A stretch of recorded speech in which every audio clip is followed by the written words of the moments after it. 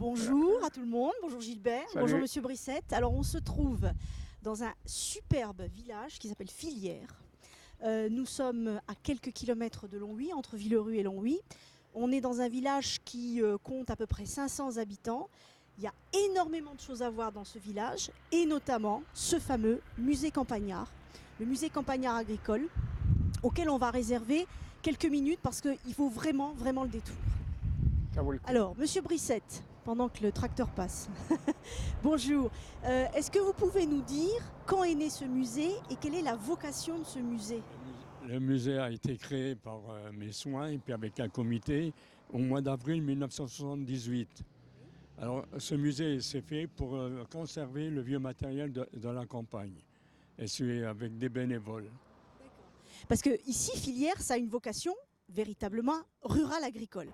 Et donc, que ce soit à l'extérieur ou à l'intérieur du musée, on a, mais alors des machines-outils, on a toute une, j'allais dire une reconstitution de la vie de la campagne lorraine, au 19e, voire au 20e siècle. Ouais. Et ce qui est intéressant, c'est que M. Brissette, vous me disiez qu'il y avait trois en fait, structures, trois bases, trois piliers dans ce musée, à partir de trois personnalités dans le village qui entretenaient la vie du village.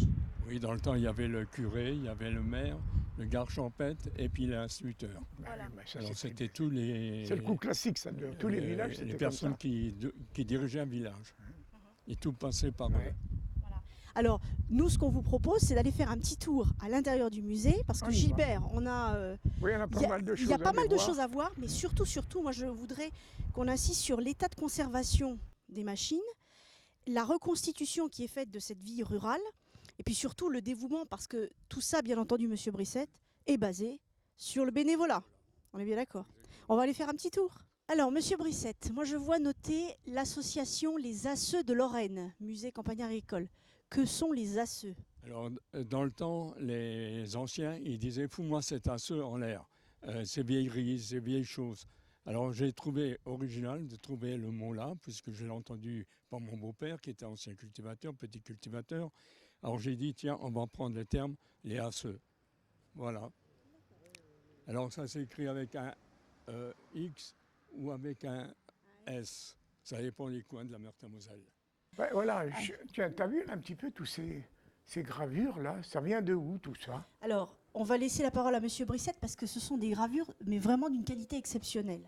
Voilà, alors ici, vous avez au mur qui est blanc, vous avez 16 gravures numérotées de 1 à 16. Ces gravures sont très rares, c'est bien de l'encyclopédie McCormick qui a été offert par M. Courvisier, qui était gros marchand de machines agricoles à Benfeld, en Alsace. Et moi, en tant que président des donneurs de sang du canton de Fontois, on était jumelé avec Benfeld. Et ce monsieur, qui était président des donneurs de sang de Benfeld, a offert ces gravures au musée campagnard de Fillières. Ils ont été mis sous cadre, ils sont numérotés de 1 à 16. McCormick a démarré dans les machines agricoles dans une petite baraque qui est gravure numéro 4. Voilà, ben non, d'une fille, mais ça, alors ça, je ne connaissais pas non plus. Hein. Enfin, il y en a des... Pourtant, moi, l'outillage, bon, j'en ai eu vraiment, mais alors... Ici, vous avez le monsieur qui travaille le cuir, bourrelier, la pince à cuir. Ici, vous avez une toile qui est très rare, c'est un antiquaire qui l'a offert au musée. C'était pour cacher le trou de la cheminée l'été, quand il n'y avait pas de feu. Ah, d'accord. Et il ne pouvait plus la vendre parce qu'ici, elle était esquintée. Ah oui. Et c'est là, ça représente une toile. Ah, ouais. Famille de garde-chasse. Les écoles, l'instituteur, le maire. Ah oui, alors, Gilbert, regarde un peu les vieux ouvrages. Ah oui, ça... les plumiers. Oui. Mais j'ai ça. C'est les encriers quand moi je suis allé à l'école. Hein. Oui. Et je me rappelle, pour pas que ça s'évapore, on avait pris les bouteilles de limonade, on prenait les bouchons dessus, là, qui étaient en céramique, et c'était qu'on les mettait dessus. Oui. Ah oui, mais moi, les écritures, moi, je les ai fait à la plume. Hein. Oui, à la plume, exactement. Le stylo bic, etc. Ne crois pas que moi, j'ai commencé comme ça. Hein. Moi aussi, j'ai commencé comme ça, avec les plumiers, mais on a vite évolué. Là, vous avez une belle pièce aussi. des chaussures, des colliers des années 1950, pratiquement neufs, ils n'ont jamais été émis, et qui étaient cloutés, Ouais. et qui viennent de filières, puisqu'il y avait un cordonnier. Un cordonnier. Regardez la qualité du cuir. Non, mais c'est vraiment, c'est magnifique. Moi, mon père était cordonnier du départ. Hein. Et il faisait aussi les chaussures sur mesure. Alors il y a encore l'étiquette au prix, ainsi que les 2 blouses que vous voyez. C'est pareil, c'est de... Ça vient du... Oh, c'est magnifique. Hein. Franchement, là, moi, je suis ébahi. Là. Alors, nous avons ici 4 planches, enfin 4 ensembles de planches, qui sont des exemples de ce qui se faisait, de ce qui se voyait dans les écoles communales. À l'époque, oui. Alors, tu as là-bas au bout Oui, des des cartes révolutions. d'histoire. Ouais. Et donc, en général, M. Brissette, on est bien d'accord, à l'intérieur de chaque panneau, il y avait plusieurs cartes. Oui, il y en a certains qui en ont 7, il y en a qui en ont 10, il y en a qui en ont 12, mais c'est magnifique. Elles sont très Ah bien oui, conservées. c'est dommage. Oui, c'est dommage, vous n'avez pas de place. Vous auriez pu les sortir tous. On peut en sortir, mais... Ouais, non, mais Voilà. là, c'est pas. Alors, c'est les la thèmes place. sont l'histoire, plus Il y a l'histoire, il y a la campagne, les œufs, le poule. Les œufs. Là, c'est l'abeille. Vous avez l'abeille. Comme il y a ici toutes des anciennes ruches à abeilles, alors on peut voir, pour les gosses, quand ils viennent, ils voient la composition. Voilà, c'était les fameux panneaux ici, Gilbert, pour les leçons de choses, les leçons de sciences en fait. Tu vois. Et là, tu avais l'histoire. Et ça, c'est vraiment quelque chose d'extrêmement rare, Monsieur Brissette, parce que, 1, elles sont très bien conservées, et 2, vous avez des collections entières. En fait. Entière. Ah oui, Voilà. ça oui. Alors, on est dans un petit coin, regarde bien, Mais Gilbert, non, moi j'étais en train tous de les- regarder. J'ai regardé ce truc. tous les produits. Alors, voilà, là, il y a des choses intéressantes. Regarde bien la marque. Glou, qu'est-ce que c'est? Ça date de 1932. C'est les anciennes couveuses à alcool. Gloucester. Gloucester. Oui, oh, oh. Ouais, c'est Et un- donc ici, dans ce musée, ce qui est très intéressant, c'est que, bon, il faut être honnête, Monsieur Brissette, on a, personnellement, moi je vais avoir 51 ans, Gilbert, toi tu as peut-être 80. plus... Oui, on s'en fiche, on est très jeune, on s'en fiche. Ouais, j'ai 77. L'intérêt de ce musée, c'est qu'il explique en fait l'utilité et le fonctionnement de chaque objet Oui, par rapport au quotidien rural. oui. Parce que franchement, une couveuse à alcool, moi je t'avouerai que... Bah, c'est sûr que si tu c'est prends... noté sert à couver les œufs. Moi, je n'en avais jamais vu de Non, cette façon-là. Tu sais, à Michville, à Villerue, tout le monde rentrait à l'usine, le reste, ils s'en foutaient pas mal. Oui, L'usine mais a commencé quand même- en 1800 et quelques. Oui, oui. Mais il y avait quand même des gens, des ouvriers Mais qui ils avaient étaient, des plutôt terrains. ils étaient plutôt à Conbonne, Oui, oui. ceux qui faisaient de l'élevage. Hein. Oui, oui. À Villerue, c'était rare. Là, vous avez aussi une pièce qui est très rare. C'est un moulin à grain. Là, vous avez le moulin à grain et là, vous avez un trieur. Le trieur, il a eu ce modèle-là, il a eu le premier prix à la foire universelle à Paris en 1900. Waouh! Il y a plus d'un siècle. Il a été fabriqué à Niort. C'est pas moi qui la vends, c'est marqué dessus, médaille d'or en 1900. Et regarde un peu, une cocotte minute, dis. C'est pas vrai. Alors, ça, c'est une cocotte minute. Ah. Fabrication française. Alors, c'est marqué marmite Henri IV. Ben oui, mais Voilà. oui. Non, mais tu te rends compte, hein? Parce que des fois, on se prend ouais, un petit truc électrique, Oui. tagadac, ça va tout seul, tiens. Là, tu peux courir, hein? Et il y avait un sacré truc dessus pour la bloquer, parce Il a que été quand offert par quand la- Madame Ferry, qui la- vient de la pression, partir elle d'ici monte, là, depuis c'est un 80 peu- quelques années, 85 ans. Wow, ah oui, Alors, on c'est- est dans le secteur, finalement, du quotidien.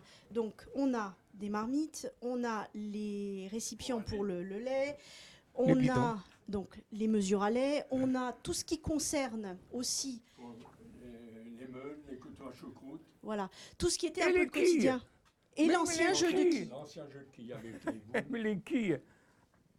Ah, waouh. La pièce aussi, c'est la tronçonneuse d'1,50 m de longueur. Ah ouais. Alors là, la facture de la tronçonneuse, ça, il faut la prendre parce que, je sais pas, j'ai jamais calculé le change. Le prix que c'est vaut, c'était en francs. Donc, on voit en 1948 une facture des machines-outils Trumel de Nancy Ah, les trumelles, qui oui, j'ai faisait connu ça. plus de 186 000 francs à l'époque. En 1948, tout de suite après la guerre. Ouais. Elle est d'origine, elle a été revisée, elle est en état de marche. Alors, maintenant, on va rentrer dans l'autre partie. Alors là aussi, c'est d'une richesse incroyable. dans l'autre partie de l'histoire de Filière, avec cet autre élément finalement de votre musée, qui là regroupe des machines-outils. On voit l'évolution des machines-outils. Et il y a aussi quelque chose qui, moi, m'intéresse beaucoup, enfin, Gilbert, qui va t'intéresser aussi énormément, viens voir. Moi, je trouve que c'est une lettre extrêmement émouvante. Et c'est une lettre, ici, j'étais en train de la lire, qui date de la Deuxième Guerre mondiale. Monsieur Brisset, vous ne voulez pas nous la... Parce que vraiment, elle est vraiment particulière. Oui, là, c'était une mallette avec une lettre d'une personne qui m'est très chère.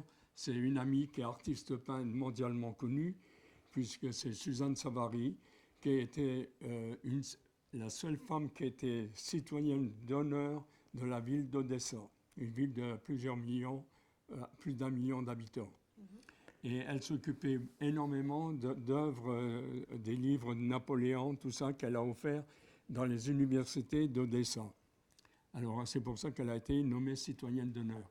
Et ça, c'est sa vie, une partie de sa vie, puisqu'elle a été réfugiée pendant la guerre, elle a été expulsée. Vous pouvez la lire vous-même, vous verrez. Gilbert placé dans l'Ardèche, à Lablachère, c'est ça. 200 habitants. Le logement était une remise pour faire sécher les petites récoltes, pommes, fruits, raisins, champignons. La surface du logement était extrêmement réduite, sans eau, sans électricité, les WC non plus, ça devait être dans un coin dehors, comme d'habitude. Nous avons reçu pour literie au début un coffrage de bois avec des lattes et des feuilles de maïs pour matelas.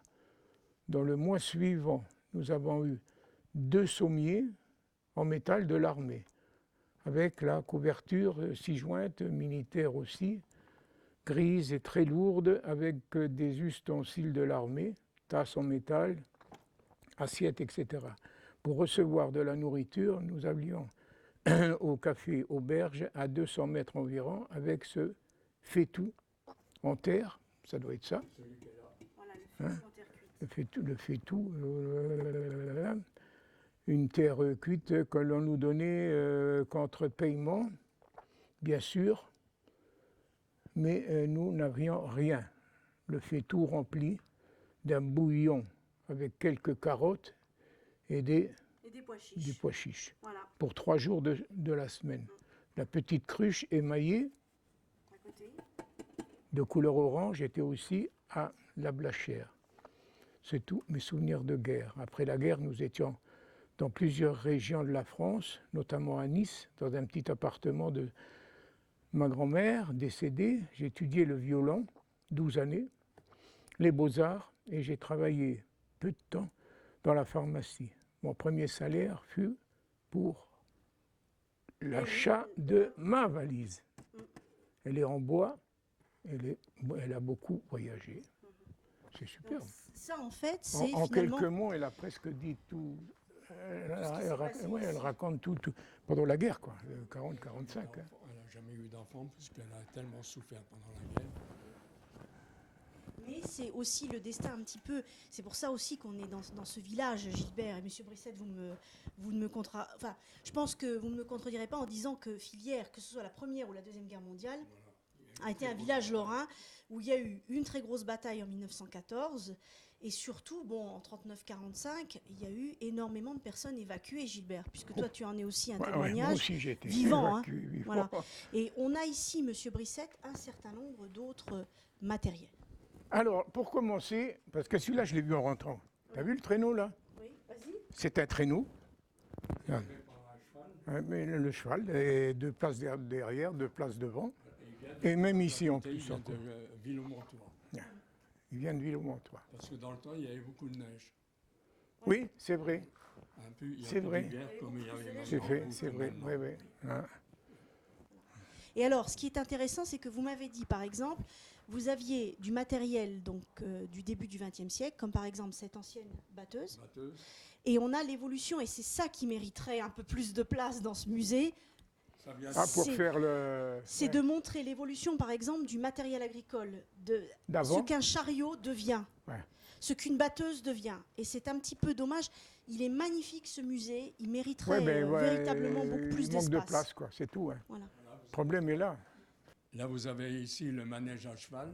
Le cheval, il est attaché avec des œillères que vous avez à côté quand vous lui mettez sur les yeux, Ouais. pour pas qu'il devienne fou. Et il faisait tourner le moulin, pour écraser le blé dans le moulin. Ah, d'accord.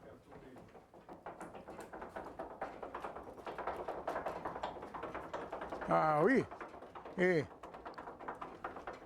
le grain, il venait là. Voilà.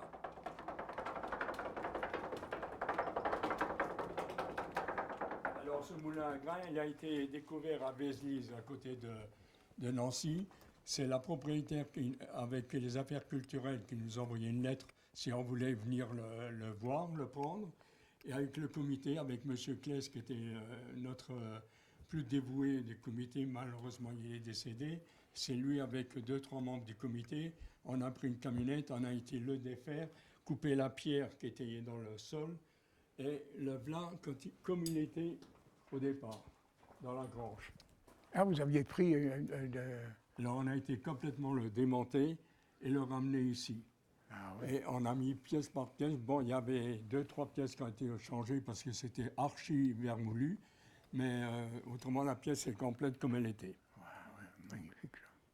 Je ne sais pas, mais celui-là, il vaut le coup quand même aussi d'être vu, parce que quand on voit l'engin... regarde bien la mention de l'année.